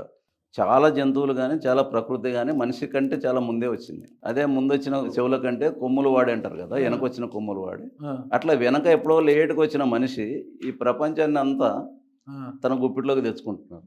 ప్రకృతి మీద పెత్తనం చేస్తున్నాడు, ప్రకృతిని నాశనం చేస్తున్నాడు, చివరికి తను నివసించలేని పరిస్థితి చేస్తున్నారు. దాంట్లో పులి అనేది ఎందుకు చెప్తారంటే, పులి సంరక్షణ ఎందుకు అవసరం అవుతుందంటే, పర్యావరణ సమతుల్యానికి పులి ఒక జీవగర్ర. ఎట్లా అంటే మన పర్యావరణ ప్రేమికులు చెప్పేదంటే, ఒక పిరమిడ్ గుర్తేస్తే పిరమిడ్లో అగ్రసూచిగా పులిని చూస్తారు. పులిని ఫస్ట్ మనం ప్రాధాన్యత తీసుకొని పులి సంరక్షణ మొదలు పెడితే దానితో పాటు మొత్తం పర్యావరణ పరిరక్షణ పూర్తవుతుంది. ఒక పులికి ఏం కావాలి? చక్కటి విహార ప్రదేశం కావాలి, దాక్కునే ప్రదేశం కావాలి, వెదురు పొదలలో విశ్రాంతి తీసుకుంటుంది, చక్కటి ఆహారం కావాలి. అది పులి తిరగడానికి మంచి హైడౌట్స్ అట్లా ఉండాలి. అంటే అడవి బాగా పెరగాలి, అడవి కావాలి. అంటే పులి కోసం అడవిని సంరక్షించాలి. తర్వాత దాని ఆహార జంతువులు కావాలి. ఈ ఆహార జంతువులు ఏమైతే ఉన్నాయో జింకలు, దుప్పులు, వాటిని సంరక్షించాలి. వాటిని సంరక్షించాలంటే వాటికి తగినంత గడ్డి మైదానం అడవిలో ఉండాలి, గడ్డిని పెంచాలి. పర్యావరణంలో గడ్డి, వాటరు అడవులలో ఉంచడం అనేది చాలా ముఖ్యమైన విషయం. వాటన్నిటిలో కూడా మనము చేసుకుంటూ పోవాలి. పులి కోసం ఇవన్నీ చేయాలి. అడవి ఉంటుంది, అడవిలో మిగతా జంతువులు ఉంటాయి, తర్వాత చెట్లు ఉంటాయి, అన్ని రకాల జీవ వైవిధ్యం విలసిల్లుతుంటుంది, ప్రపంచానికి కావాల్సినంత వస్తుంది. ఇప్పుడు ఒక మనిషి చక్కటి జీవనం గడపాలంటే ఉన్న భూ విస్తీర్ణంలో 33% అడవులు ఉండాలి. 33% అడవులు లేకపోతే మనిషి చస్తాడు. మన భారతదేశంలో మన కర్మకి ఏమైంది, దాదాపు 12-13% కంటే అడవులు లేకుండా పోతూ వస్తుంది. ఇప్పుడేదో కొద్దిగా ఒక 22-23 దాకా వచ్చినట్టుంది, అడవి పెరుగుతూ ఉంది. కాబట్టి అడవి పెరగాలంటే పులిని సంరక్షించాలి. పులి సంరక్షణ కోసం ఇప్పుడు ఎందుకు మనం శేషాచలం అడవులకు ఎందుకు పోవాలని చెప్తున్నామంటే, శేషాచలం అడవుల్లో ప్రత్యేకమైన పరిస్థితి ఉంది. ఎర్రచందనం కోసమే దొంగలు పడుతున్నారు, నరుకుతున్నారు, ఆ పర్యావరణాన్ని బీభత్సం చేస్తున్నారు. ఒక పులి ఉంటే పులి సంరక్షణ కోసం తీసుకునే చర్యలు వేరే ఉంటాయి, అటవీ సంరక్షణ కోసం తీసుకునే చర్యలు వేరే ఉంటాయి. చట్టాలు కూడా చాలా డిఫరెంట్ చట్టాలు. ఏంటంటే ఏపీ ఫారెస్ట్ యాక్ట్ వేరే, శాంక్చురీ యాక్ట్ వేరే.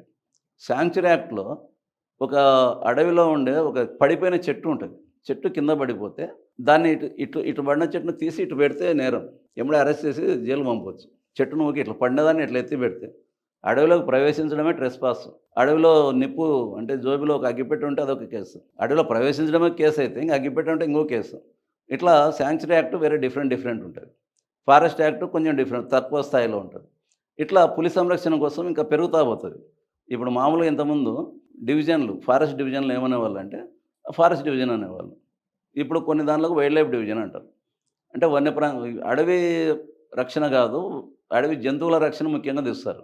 అడవి జంతువుల రక్షణ చూస్తున్నారంటే అడవిని కూడా చూస్తున్నట్టే లెక్క. ఇట్లా పెరుగుతుంది. దాని సంరక్షణలో దానికి వచ్చే నిధులు కానీ దానికి సంబంధించిన స్టాఫ్ కానీ విపరీతంగా పెరిగే అవకాశాలు ఉన్నాయి. ఈ రకంగా మొత్తం టోటల్ అటవీ సంరక్షణ పూర్తవుతుంది, పర్యావరణ సమతుల్యత వచ్చేస్తుంది. అన్ని అడవి జంతువులు అంటే దాని ఆహార జంతువులు పెరుగుతాయి, అంటే కలకల్లాడిపోతుంది జీవ వైవిధ్యంతో అడవులు.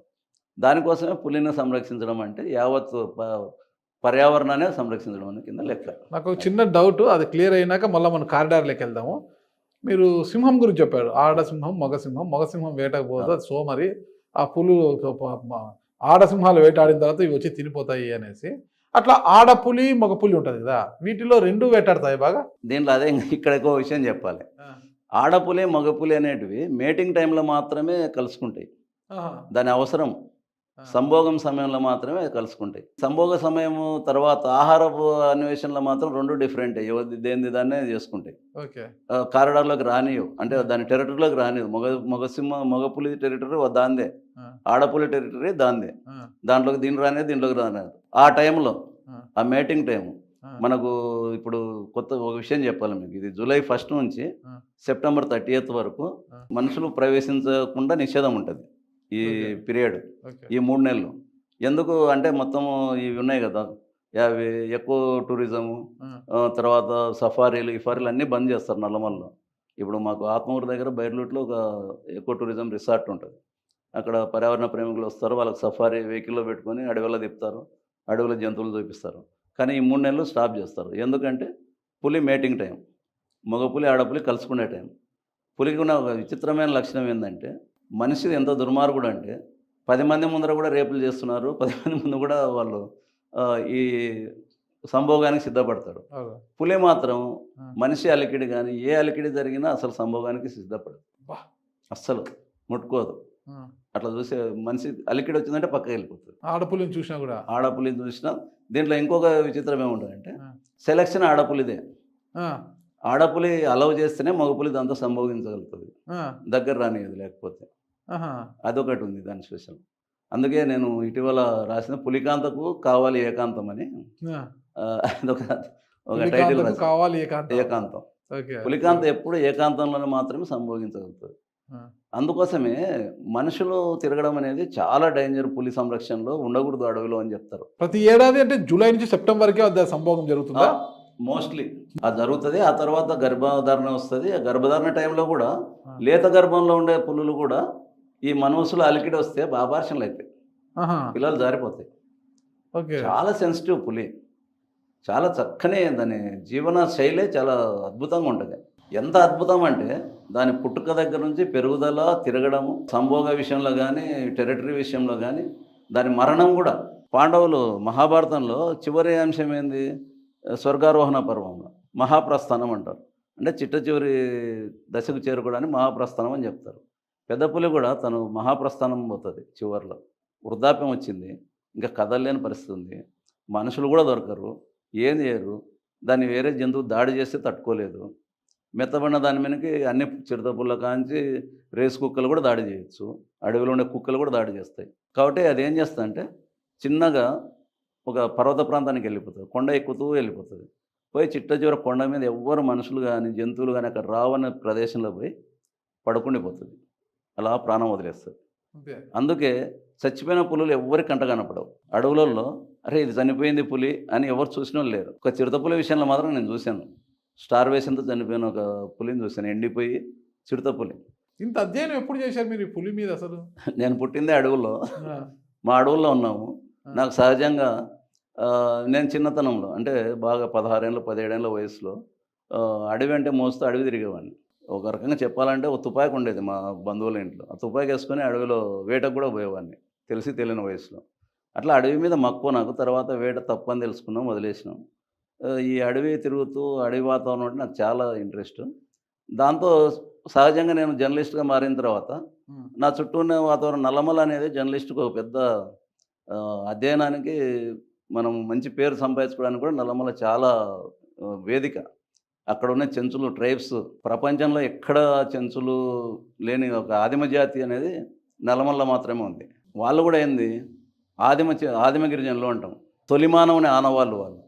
ఈ భూమి ఖండాలుగా విడిపోనప్పుడు ఆఫ్రికా ఖండంలో మనిషి పుట్టినాడు అని చెప్తారు. ఆఫ్రికా ఖండం చివరి భాగానికి మన భారతదేశం అతుక్కొని ఉండింది. పూర్వం భూమి విడిపడినప్పుడు, ఖండాలుగా విడిపోయినప్పుడు. అలా విడిపోయినప్పుడు ఈ నల్లమల ప్రాంతము ఆఫ్రికాతో కలిసి ఉంది అని ఒక భావన ఉంది. ఒక అంచనా ఉంది. అలా మనిషి ఇటు భారతదేశంలోకి వచ్చినాడు. భారతదేశం నుంచి ఆసియా ఇట్లా పోయినాడు. అలా పోయే క్రమంలో మిగిలిపోయిన మనిషి చెంచు. ప్రత్యేకంగా ఉంటారు వాళ్ళు. అసలు వాళ్ళలో జీవన ప్రమాణం తక్కువ. వాళ్ళని చేత ముట్టుకుంటే ఏదో ఉడుమును, కప్పను, చేపను ముట్టుకున్నట్టు చల్లగా ఒళ్ళు ఉంటుంది. హెమోగ్లోబిన్ తక్కువ ఉంటుంది. వాళ్ళలో జెనెటిక్స్ షిఫ్ట్ లేకపోవడం వల్ల జన్యు వైవిధ్యం ఉండదు. అంటే చెంచులు బయటి వాళ్ళ అంటే వేరే వాళ్ళతో వివాహ సంబంధాలు కానీ అట్లా సంబంధాలు కలిగి ఉంటే కొత్త కొత్త జనరేషన్ పుట్టుకొస్తుంది. పెరుగుతారు. ఒకటే కుదురులోనే వాళ్ళు సంసారాలు ఉండడంతో వీక్ అయిపోయింది వాళ్ళ అటువంటిది ఇవన్నీ. దాంతోపాటు టైగర్ జర్నలిస్ట్గా నాకు బెస్ట్ రిపోర్టర్ అవార్డు వచ్చింది కూడా చెంచుల గురించి, పులి గురించి నేను రాసిన అంశాల గురించే నాకు best reporter award, state award కూడా వచ్చింది. ఈ కారిడారు ఎప్పటిలోపల పూర్తి కావచ్చు అంటే పులికి మార్గం ఎప్పుడు పూర్తి కావచ్చు, పెద్ద పులి ఎప్పుడు ప్రవేశించవచ్చు శేషాచలంలోకి? ఏం కాదు, అది శేషాచలంలోకి ఆల్రెడీ పోయిందని చెప్తున్నా నేను. దాన్ని గుర్తించలేకున్నారు ఇప్పుడు అంతే. ఎన్ని పెద్ద పులులు ఉంటాయి అసలుకి? ఇప్పుడు శ్రీశైలం అడవులో ఎన్ని పెద్ద పులులు ఉంటాయి? వాస్తవంగా ప్రపంచవ్యాప్తంగా 3000 పులులు ఉన్న కాలంలో మన భారతదేశంలో 1400 పులులు మాత్రమే ఉండినాయి.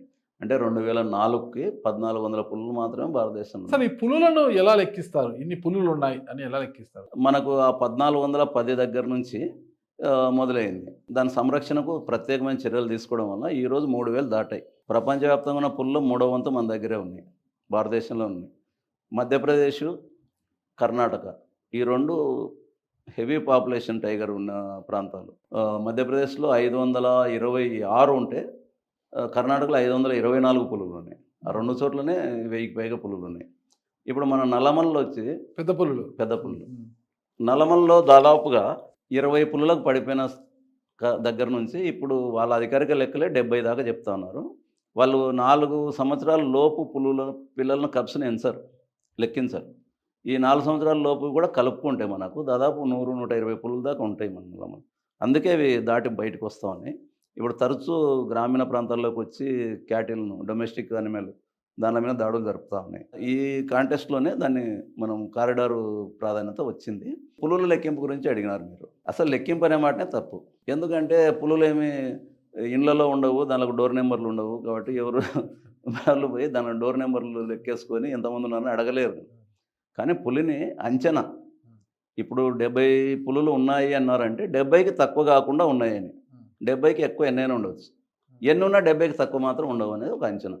ఈ అంచనా లెక్క ప్రకారం ఇప్పుడు 3160 పులులు భారతదేశంలో ఉన్నాయంటే 3160కి తక్కువ లేవు అని. మొట్టమొదట స్టాండర్డ్ పగ్ మార్క్ సిస్టమ్ అని ఒకటి ఉండేది. పాదముద్రలను సేకరించి వాటి ద్వారా ఒకదాన్ని ఒకటి అంచనా వేసి సేమ్ ఉండే దానిలను పక్కకు తీసేసి ఒకదాన్ని మాత్రం పెట్టుకొని ఆ రకంగా లెక్కించేవారు. చాలా తక్కువ యాక్యురసీ ఉండేది దాంట్లో. రాను టెక్నాలజీ పెరిగిన తర్వాత చాలా విషయాల్లో అప్పుడు ఈ స్టాండర్డ్ పగ్ మార్క్ అనేది వచ్చేసి సరోజ్రాజ్ చౌదరి అని పశ్చిమ బెంగాల్లో ఒక ఫారెస్ట్ రేంజర్ ఆయన కనిపెట్టినది. అంటే పుల్ల గణనకు ఆద్యుడు ఆయన తర్వాత మళ్ళీ ఇప్పుడు వచ్చిన కాలంలో ఏమైందంటే మైకోకాండ్రియా విశ్లేషణ, జన్యు విశ్లేషణలు ఇవన్నీ కూడా మొదలైనవి. అంటే అది పులి పెంట ఎక్కడ దొరికింది, ఇక్కడ ఒకసోట మలం విసర్జిస్తుంది కదా, ఆ పులి మలాన్ని తీసుకొని దాన్ని ల్యాబ్లో అనలైజ్ చేసి ఆ పులి డిఎన్ఏను మ్యాపింగ్ చేసుకొని ఒక పులికి సంబంధం ఉండదు కదా జన్యు మ్యాపింగ్. ఆ తేడాలను బట్టి ఒక లెక్క వస్తుంది. ఇంకో లెక్క అంటే ప్రధానమైన లెక్క ఏంటంటే ఇప్పుడు కెమెరా ట్రాప్స్ అనేటివి కొన్ని పెడుతున్నారు అడవులలో. ఈ కెమెరాలు ఇన్ఫ్రారెడ్ కెమెరా అంటారు దాన్ని మానవుల్లో తెలియక సీసీ కెమెరాలు అంటారు. సీసీ కెమెరాలు ఏమి ఉండవు, ఇన్ఫ్రారెడ్ కెమెరా. అది ఏమైందంటే ఆ కెమెరా ఆటోమేటిక్గా మనిషి కానీ జంతువు కానీ దాని ముందర పోయినప్పుడు ఆ రేస్ అట్లా పోతూ ఉంటాయి. ఆ రేసును తగిలితేనే క్లిక్ అవుతుంది కెమెరా. క్లిక్ అయితే ఆ ఫోటో తీసుకుంటుంది, పిక్చర్ తీసుకుంటుంది, వీడియో కానీ పిక్చర్ కానీ తీసుకుంటుంది. అట్లా కొన్ని పిక్చర్స్ వచ్చేస్తాయి. అవి వచ్చేసినప్పుడు విశ్లేషణ కొత్త వాళ్ళకి ఇప్పుడు సాఫ్ట్వేర్ కూడా వచ్చింది కంప్యూటర్లో. దాని ప్రకారం ఏంటంటే మామూలుగా మనిషికి వేలిముద్రలు ఎలాగో, వేలిముద్ర అంటే ఒక యూనిక్, ఒకటికి వాని వేలిముద్ర 2వ వంతు సరిపోదు ప్రపంచంలో ఎవరితో. అలాగే పులికి ఒకదాని సారలు ఇంకో దాని సరిపోవు. పులిసారలు దేనికదే యూనిక్. సో ఆ పులిసారలను బట్టి పులిసారల విశ్లేషణ దాని మ్యాప్ను లోపల పెట్టేసి కంప్యూటర్లో చూస్తే చెక్ చేస్తే ఆల్రెడీ ఇది ఇంతకుముందు చూసినామంటే దాన్ని పక్క తీసేస్తుంది. కొత్తది అయితే యూనిక్ అయితే నెంబరింగ్లోకి పోతుంది. ప్రతి పులికి చారలు వేరు అసలు మనకు వేలుముద్రలు ఎలాగో పులికి చారలు అలాగా. ఒక పులి పోలదు అలాగా లెక్కేస్తారు. దానిలో లెక్కేసి మొత్తం ప్రతి విషయాన్ని నేషనల్ డేటాబేస్కి పంపించి ఎన్టీసీఏ అని ఒకటి ఉంటుంది, నేషనల్ టైగర్ కన్జర్వేషన్ అథారిటీ అని, జాతీయ పులుల సంరక్షణ ప్రాధికార సంస్థ. ఇది మొత్తం మానిటరింగ్. దాని పనితీరు ఏంటి అసలు భారతదేశంలో ఈ టైగర్ కన్జర్వేషన్ అనేది ఎప్పుడు మొదలైందంటే 1975లో ఈ టైగర్ మనం సంరక్షించాలి లేకపోతే ప్రపంచం లేకుండా పోతుంది అని చెప్పేసి ప్రపంచవ్యాప్తంగా ఒక మీటింగ్ జరిగింది. దాంట్లో భాగంగా ఏంటంటే వాళ్ళు ఒక టైం బౌండ్ ప్రోగ్రామ్ పెట్టుకున్నారు. ఒక 8 సంవత్సరాలకి డబల్ చేయాలి, ఇప్పుడున్న పులులను డబల్ చేయాలి, దానికి సంరక్షణ ఏ విధంగా తీసుకోవాలనుకున్నప్పుడు భారతదేశంలో ప్రాజెక్ట్ టైగర్ అనేది ఒక సంస్థ ఏర్పాటు చేసుకున్నారు. దాంట్లో భాగమే ఎన్టీసీఏ. ఈ ఫారెస్ట్ టైగర్ వచ్చిన తర్వాత దానికి సంబంధించి పులుల సంరక్షణ విధానంలో మార్పులు, హైరార్కీలో మార్పులు, ఫారెస్ట్ వాచరు, గార్డు ఇట్లా కాకుండా ఫీల్డ్ డైరెక్టర్ అంటారు. మామూలు కన్జర్వేటర్ను మామూలు ఫారెస్ట్ డిపార్ట్మెంట్లో కన్జర్వేటర్ అంటారు. సిఎస్ అంటారు, సిఎఫ్ అంటారు, కన్జర్వేషన్ ఆఫ్ ది ఫారెస్ట్. ఇక్కడ వచ్చేసి టైగర్ ప్రాజెక్ట్ ఫీల్డ్ డైరెక్టర్, ఎఫ్డిపిటి అంటారు. అలాగే డిఎఫ్ఓలను కూడా డిప్యూటీ డైరెక్టర్స్ అంటారు, డీడీలు అంటారు. ఇట్లా సిస్టమ్ ఉంటుంది. దాంట్లో ఎన్టీసీఏలో రకరకాల విభాగాలు, డీజీల దగ్గర నుంచి డిఐజీలు, అట్లా ఒక్కొక్క ప్రాంతానికి దేశవ్యాప్తంగా రకరకాల హైరార్కీ ఉంటుంది. వాళ్ళు ఏం చేస్తారంటే, ఇప్పుడు టెక్నాలజీ పెరిగిపోయింది కాబట్టి ఒక ఫారెస్ట్ బీట్ ఆఫీసర్ అడవిలో తిరుగుతూ ఉంటాడు. అడవిలో తిరుగుతుంటే ఒక చోట పులి ఆ గోర్లను అప్పుడప్పుడు పదును పెట్టుకునే క్రమంలో బెరువులను గీకుతూ ఉంటాయి.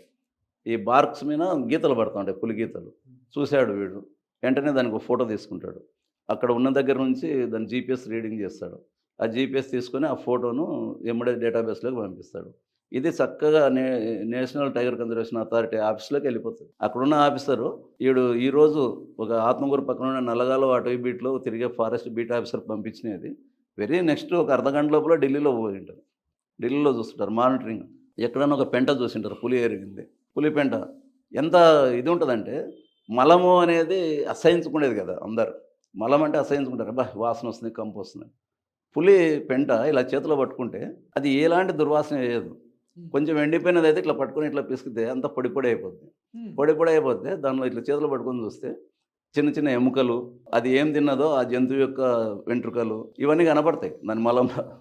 దాన్ని బట్టి విశ్లేషించవచ్చు, ఇది ఈరోజు ఏం వేటాడింది, దుప్పిని వేటాడిందా, పందిని వేటాడిందా, ఆ చర్మం అంతా అట్లా వస్తుంది.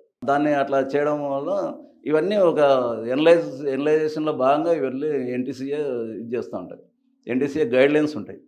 ఒక పులి ఎలా ఏదైనా ప్రమాదానికి గురైతే దానికి వైద్యం ఎట్లా అందించాలి, ఇంకో చోటికి ఎట్లా వదలాలి, షిఫ్ట్ ఎలా చేయాలని ప్రతిదానికి ఒక గైడ్లైన్స్ ఉంటుంది. అలాగే ఇటీవల మీకు గుర్తుంటే ఆత్మకూరు ప్రాంతంలో ఒక 4 పిల్లలు, అవును, పులి పిల్లలు తల్లి నుంచి విడిపోయినాయి. అది చాలా కొత్త సమస్య. ఎప్పుడు అలా విడిపోవడం అనేది జరగదు. పులికి చాలా కాలం ట్రై చేశారు కదా, తల్లి పిల్లల్ని కలపడానికి ట్రై చేసి లాస్ట్కి తిరుపతి జూలో పెట్టేశారు దాంట్లో కూడా పొరపాట్లు జరిగినాయి. దీంట్లో కొంత మన మీడియా పాత్రను కూడా నేను చాలా మటుకు క్వశ్చన్ చేస్తుంటా. మీడియా కూడా ఓవర్ ఎంతూజియాజం అనేది ప్రదర్శించకూడదు అన్ని విషయాల్లో. సెన్సిటివ్ విషయం. ఒక ప్రముఖ ఛానల్, ఒక యాంకర్ ఏకంగా మేము అక్కడ పోవాలి, అడవిలో చూడాలి, అది చూపించాలి, ఇది చూపించాలి, ప్రతినిధి తీసుకొని ఫారెస్ట్లో మీద ఒత్తిడి పెట్టి ఆ పులి పిల్లలు దొరికిన ప్రదేశానికి పోయి అక్కడ నుంచి ఆమె లైవ్ కవరేజ్లు ఇవ్వడము, మాట్లాడడం, ఇదంతా డిస్టర్బెన్స్. తల్లిని పిల్లలను దగ్గర రాకుండా డిస్టర్బ్ చేయడమే వీళ్ళంతా. మనం అనుకున్నాం ఇందాక, మనిషిని కనబడితే పులి దూరం వెళ్ళిపోద్ది. అక్కడ ఏకంగా మీడియా ప్రతినిధులు వీళ్ళు అల్లరల్లరి చేసేసరికి తల్లికి పిల్లలకు కనెక్షన్ పోయింది. అదిగాక అటవీ శాఖ వాళ్ళు కూడా ఒక పద్ధతులు పాటించలేదు.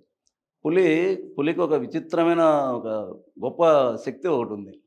అదేంటంటే గ్రాణశక్తి, వాసన చూసే విషయం. కానీ ఇవన్నీ తల్లి పులి పిల్లలను 2 కిలోమీటర్ల దూరం నుంచి కూడా కమ్యూనికేట్ చేయగలుగుతుంది. ఒక 2 కిలోమీటర్లు రేడియస్లో దూరం ఉంది పులి, పిల్లలు ఎక్కడో ఉన్నాయి. అది చిన్న చిన్న శబ్దాలు చేయడం ద్వారా, వాసనను పట్టడం ద్వారా పులి పిల్లలను మళ్ళీ తన దగ్గర పిలుచుకోగలదు. కాకపోతే తను దాని దగ్గరలో పోగలదు. కాబట్టి దానిలో ఎక్కడైతే ఉన్నాయో దాన్ని అక్కడే ఉంచి మానిటర్ చేయాలి అధికారులు. అలా కాకుండా ఈ మీడియా ప్రతినిధులు వీళ్ళు అందరూ ఆ పక్కనంతా తొక్కి తిరిగి గలీజ్ చేస్తే అది ఏం చేయలేరు. అదిగాక పులి పిల్లలకు ఒక రకమైన వాసన ఉంటుంది. ఆ స్మెల్ పట్టి దాని దగ్గరికి వస్తుంది. మన వాళ్ళందరూ దాన్ని పట్టుకొని అలా తిప్పి ఇలా తిప్పి చేతుల్లో పట్టుకోవడంతో ఆ పులికి ఉన్న ఇంకో లక్షణం ఏంటంటే, ఒకసారి మనిషి టచ్ చేస్తే ఆ పులిని అబాండన్ చేస్తుంది, పిల్లల్ని వదిలేస్తుంది. నా పిల్లలు కాదని వదిలేసుకుని పోతుంది. ఆ ప్రమాదం జరిగింది అక్కడ గ్రామస్తులందరూ దాన్ని పట్టుకొని ఫోటోలు దిగి, సెల్ఫీలు దిగి అవన్నీ చేసరికి తల్లి దాని నుంచి వెళ్ళిపోయింది. ఆ పిల్లలను అనాథలుగా మార్చడం వెనుక ఇంత పాత్ర ఉందంటారు. పులులను మామూలుగా ఏం చేస్తారంటే, గుర్తించిన తర్వాత నెంబరింగ్ ఇస్తారు అడవులో ఉన్న పులులకు. T100, T108, T44 అట్లా ఉంటుంది. దీనిలో తల్లి T108. అది తర్వాత కృష్ణానది దాటి తెలంగాణలో కూడా కనపడింది అంటున్నారు. ఇప్పుడు కృష్ణానది దాటి వెళ్ళిపోయింది అది, ఇంకా పిల్లల దగ్గరకు వచ్చే ప్రసక్తి లేదు. ఓకే. దానిలో ఫారెస్ట్ ఎందుకు అంత దూరం వెళ్ళిపోయింది? మనుషులు అలికిడి ఉంటే అసలు మీకు అసలు విషయం అక్కడికి ఎందుకు వచ్చింది, గుమ్మడాపురం అనే విలేజ్లోకి వచ్చింది ఆ రోజు పిల్లలు. ఎందుకు వచ్చినాయని మనం లెక్కేసుకుంటే అప్పటికి మనకు శ్రీశైలం అడవుల్లో ఒక ప్రధానమైన అడ్డంకి ఒకటి ఉంది పులి ప్రభంజనానికి. ఈ పులి పెరగకుండా ఆడుకునే ఒక ఇది ఉంది.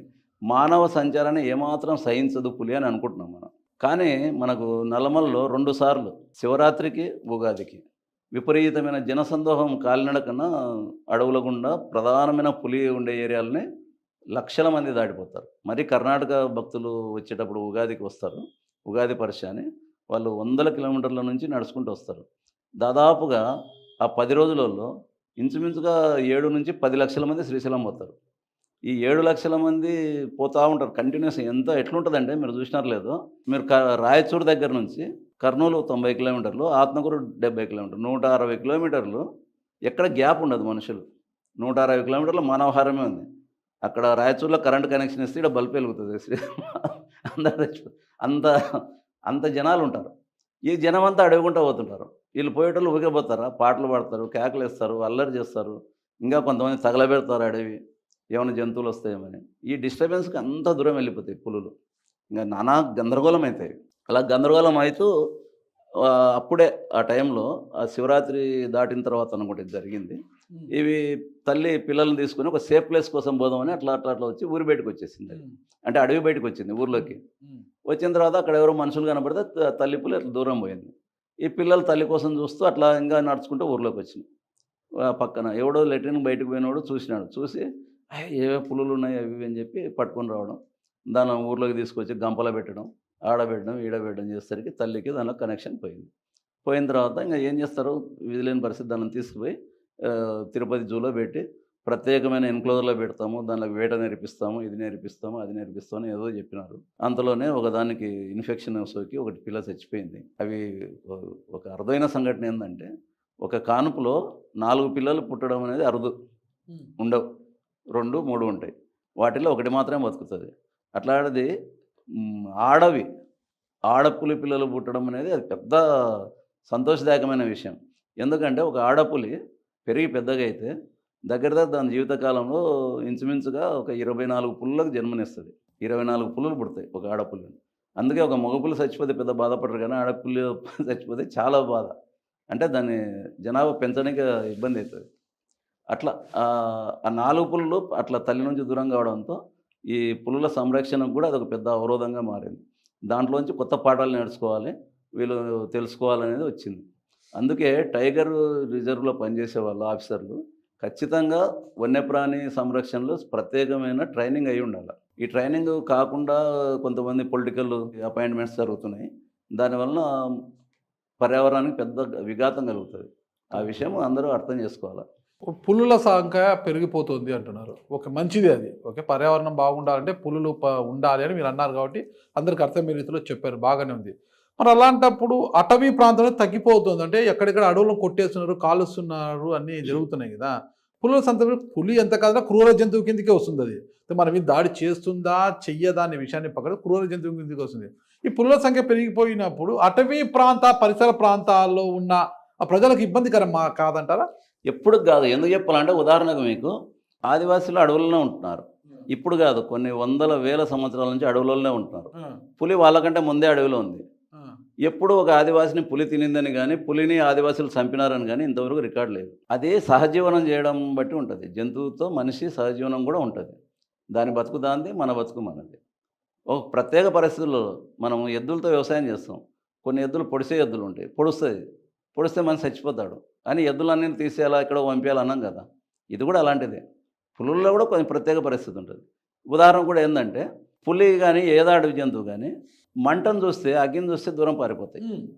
అట్లాంటిది ఇటీవల ఒక పులి ఈ నల్లగాల విలేజ్ అని ఉంటుంది, అక్కడ ఒక బర్రెను దాడి చేసి చంపింది. చంపిన తర్వాత యథాతథంగా అటవీ అధికారులు ఏం చేశారంటే, దానికి మంట పెట్టి అంటించేసినారు. అంటించి వాళ్ళు ఆ పక్కనే ఉన్నారు. అంటే ఇన్ఫ్రారెడ్ కెమెరా పెట్టినారు, ఉండని ఏదైనా వస్తుందని. వీళ్ళు అక్కడే ఉన్నారు, తగలబెట్టి ఆ బఫెలోని తగలబెట్టి ఆ పక్కనే ఉన్నారు. ఈ పులి అలా వచ్చేసి సీరియస్గా ఆ మంటలలో కాలిపోతున్న బఫెలోని లాక్కుపోయింది బయటికి తీసుకుని. అంటే రేరెస్ట్ థింగ్. అసలు మనుషులు ఉంటేనే దగ్గర రాదు పులి, ఒక మంటల్లో ఉండే జంతువుని బయటకు లాక్కుపోయిందంటే నేను మా ఆత్మూరు డిఎఫ్ఓ చూస్తే ఆశ్చర్యపోయిన ఫోటోలు ఉన్నాయి. లాక్కొని వెళ్ళిపోతుంది. ఎందుకు అలా జరిగిందంటారు? అంటే కొన్ని ప్రత్యేక పరిస్థితుల్లో కొన్ని ఇట్లే ప్రవర్తించాలనేదేం లేదు కదా. మనిషి ఒకడు మంచి ప్రొఫెసరే ఉంటాడు, వాడు రహస్యంగా రేపులు కూడా చేయొచ్చు. మంచివాడు టీచర్ ఇటు పని చేయడాలి అనలేము కదా. అంటే ఒక్కొక్క జంతువులో కూడా ఒక ప్రవృత్తి ఉంటుంది, ఒక్కో దానికి డిఫరెంట్ ఉంటుంది. మనం ఓవరాల్గా టోటల్ మీద తీసుకుంటాం, ఆవరేజ్ జంతువు లక్షణం మనం చెప్తాం. ఈ పులి ఎప్పుడు మనకు చేయదు అని. దానిలో ఒకటి ఏదో ఒకటి ఉంటుంది, దానికి ఒక ప్రత్యేక లక్షణం ఉండి అది దాడి చేయొచ్చు. మంటలనే లెక్క చేయండి, అది వచ్చిందంటే ఇంకోటి చేయొచ్చు. మనుషులపై ఎక్కువ దాడి చేసేది పెద్ద పులి, చిరుత పులి? పెద్ద పులి చేయదు, చిరుత పులి చేయదు. ఒక ఎలుగుబంటి మాత్రమే అడవులలో చాలా డేంజరు.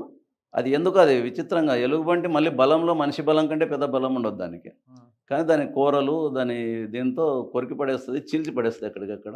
దానికి ఎందుకు కోపం కూడా ఎక్కువ, దాడి చేస్తుంది. మనం అడవిలో చూస్తే మ్యాన్ అండ్ అనిమల్ కాన్ఫ్లిక్ట్లో ఎక్కువ దాడులకు గురయ్యేది ఎలుగుబంటి దాడిలోనే మనిషికి గురవుతాడు, మనిషి చచ్చిపోతారు. చాలా విపరీతమైన డెత్స్ కూడా ఉంటాయి. ఎలుగుబంటి దాంది ఒక చరిత్ర, దాంది ఒక లైఫ్ ఒక టైప్ ఉంటుంది. అది ఆల్మోస్ట్ ఆల్ శాకాహారి లాంటిదే, అదేమి మాంసాహారి కాదు.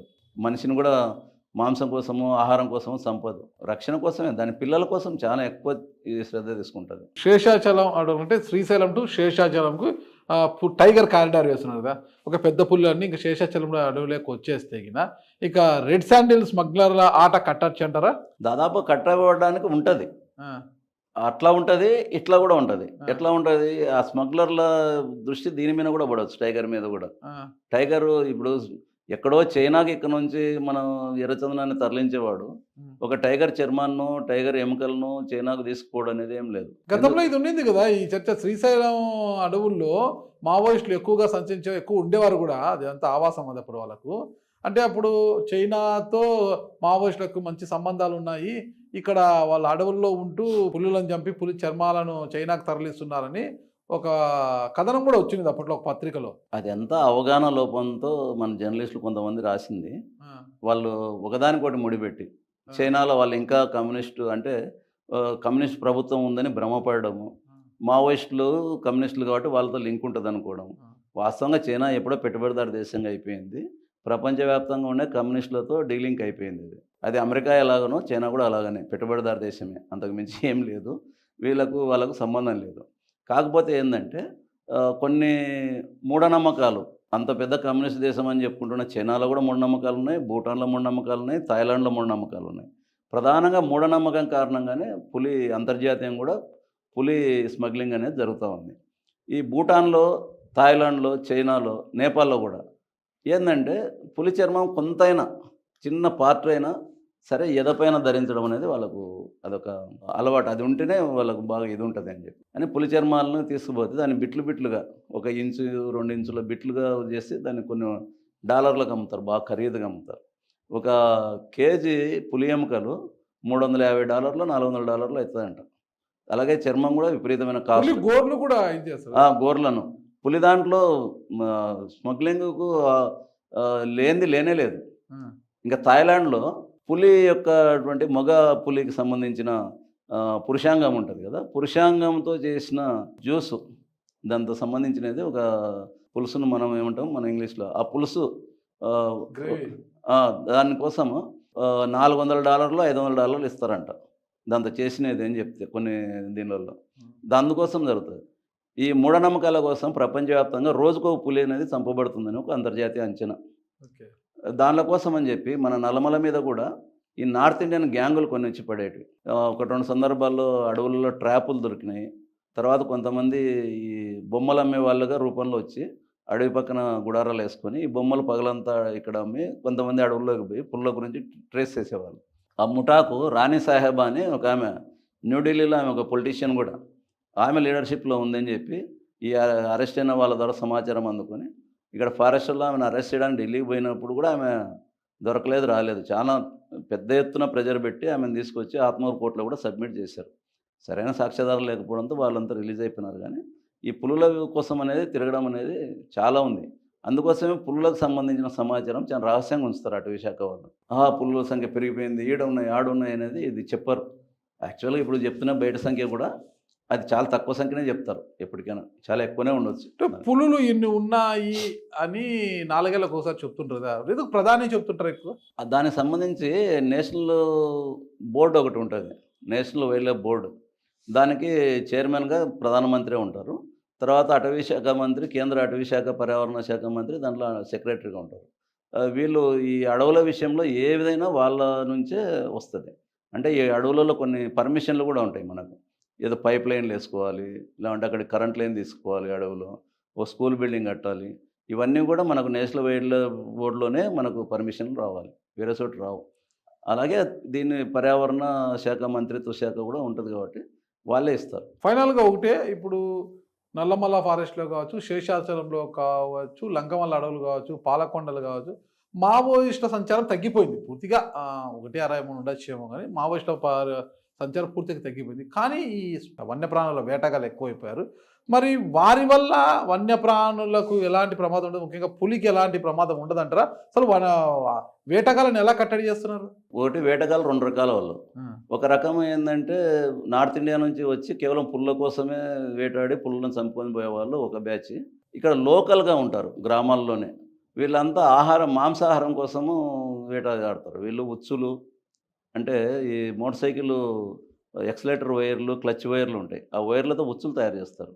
ఆ జంతువులు తిరగాడే మంచినీటి కోసం వచ్చే ప్రదేశాలు, తాగునీటి కోసం వచ్చే ప్రదేశాలు అవి పెడతారు. పెడితే ఈ దిప్పులు, జింకలు దాని మెడలో అవి ఇరికించుకుంటే అవి ఉచ్చుకు పడిపోతే దానిని తీసుకొచ్చుకొని అమ్ముకుంటుంటారు. పొరపాటున టార్గెట్ పులి కాదు, కానీ వీళ్ళకి పొరపాటున పులులు కూడా అప్పుడప్పుడు దాంట్లో ఇరుక్కొని చచ్చిపోతాయి. ఈ వేటగాళ్ళు వాళ్ళ జంతువు కోసం పోయినప్పుడు ఈ పులి కనబడితే ఇది పెద్ద కేసు అవుతుంది అని చెప్పి దాన్ని అక్కడే ఎక్కడో దూరంగా కాల్చేయడం, ఇటువంటి పనులు చేస్తుంటారు. ఇటీవల కాలంలో ఒక దారుణమైన విషయము, బాధాకరమైన విషయం ఏంటంటే, పోయిన వర్షాకాలంలో, ఈ వర్షాకాలం కాకుండా లాస్ట్ ఇయర్ ఒకరోజు అనుకోకుండా ఒక పులి ఒక కొండవాగులో, గాలేరు వాగులో కొట్టుకొని వచ్చి ఒడ్డుకు వచ్చింది. పడిపోయింది, చచ్చిపోయింది, ఉబ్బింది. దానికి చూస్తే మెడకు ఒక ఉచ్చు ఉంది. అంటే అది ఉచ్చుకు చావలే, ఉచ్చు పడింది, ఉచ్చును లాగి తెంచుకున్నది. తెంచుకున్న తర్వాత అది ఉచ్చును ఎలా పీక్కోవాలి బయటికి, అది అలాగే తిరుగుతూ ఉండింది. అది మెడపైన ఇనుపది కదా ఆ ఉచ్చు, కాబట్టి అది గీరి దాంట్లో ఇన్ఫెక్షన్ వచ్చేసి, ఆ ఇన్ఫెక్షన్ ద్వారా దాన్ని నడవలేకపోవడం, ఊపిరితిత్తులు ఇన్ఫెక్షన్ లోపల సోకడం, ఏదో చనిపోయింది. ఆ వర్షం వచ్చినప్పుడు ఆ నదిలో కూడా ఈదలేక కొట్టుకొని వచ్చింది ఆ శవం, అట్లా వచ్చింది. ఇది ఎంత కళ్ళకు నీళ్ళు తెప్పించిందంటే ఆ రోజు, ఎంత దుర్మార్గం. వాడు కేజీ మాంసం బయట మస్తుగా పొట్టేన్లు ఇవల్ల ఉన్నాయి, వాడు మాంసం అమ్ముకోవడం కోసం చేస్తే ఒక పులి చనిపోయింది. ఒక పులిని పెంచడం కోసం ఎంత ప్రభుత్వం శ్రమ పడుతుంది, ఇంకోటి చేస్తుంది. ఇటువంటివి జరుగుతున్నాయి. అయితే ఒక రకంగా మావోయిస్టులు నల్లమల్లో తిరిగినంత కాలము ఈ వేటగాళ్ళ బెడద చాలా తక్కువ ఉండేది. ఎందుకంటే భయం, వాళ్ళు తిరుగుతున్నారని చెప్పి వాళ్ళు వచ్చేవాళ్ళు కాదు. ఇక్కడ మీకు ఒక ఆసక్తికరమైన విషయం కూడా చెప్పాలి.